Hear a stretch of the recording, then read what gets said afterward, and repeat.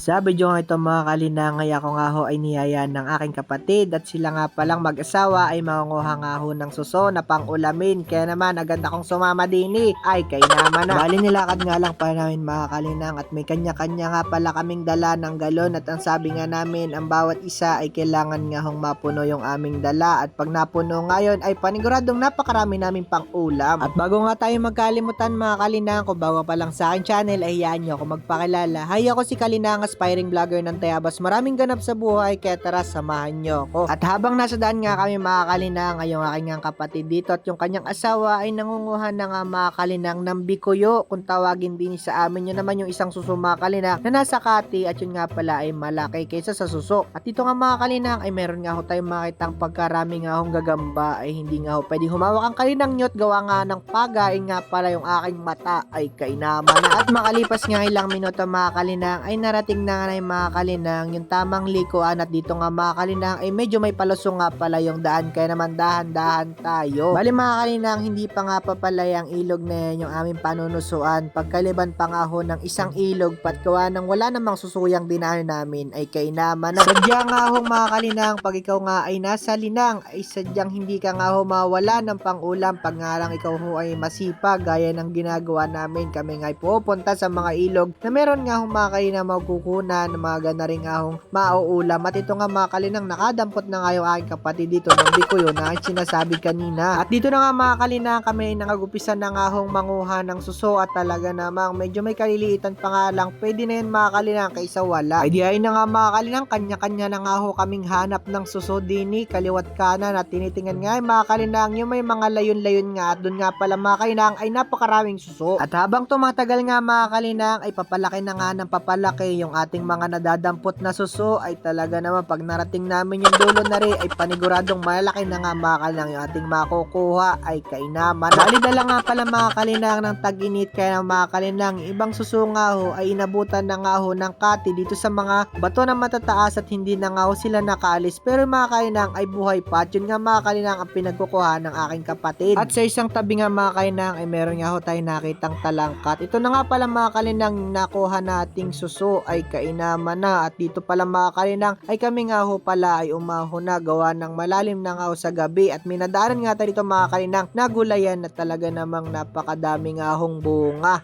ay kainaman na. Mga ilang oras nga lang pala mga kalinang ang tinanggal namin sa ilog ay ako nga ho ay nakakuha na sa palagi ko nga mga kalinang kung hindi ako nagkakamali ay 1 kilo nga ho yung ating nakuha. Aba ay okay na nga ho yun kaysa wala ay hindi nyo nga ho yun madadampot pag ikay patambay-tambay lang sa inyong bahay ay kainaman na. Niyog na nga lang mga kalinang at lain o kaya naman mga kalinang ay pako ay talaga namang pwede na nga ho aringgatan at talaga namang may pangulam na naman ho ang inyong kalinang ay kainaman. Ay kung ari aming bibilhin mga kalinang sa pabantang palengke ay baka ho ang kilo ng susunare ay 150 ay dini nga lang sa amin ay wala nga at libre nga lang at pagod nga lang yung inyong puhunan ay kainaman na. At dito nga pala mga kalinang ay nakarating na nga ho kami sa tulay at dito nga pala ay pinadala ko na nga sa kapatid ko yung aking nakuha at sabi ko siya na nga lang ang magdala sa bahay at ako nga ho ay didiretso na din sa kubo. Kaya na mga kalinang kung nagustuhan mo yung ating video ay huwag niyo kalimutang mag-like and share and follow na rin mga kalinang. Yun lang, bye bye!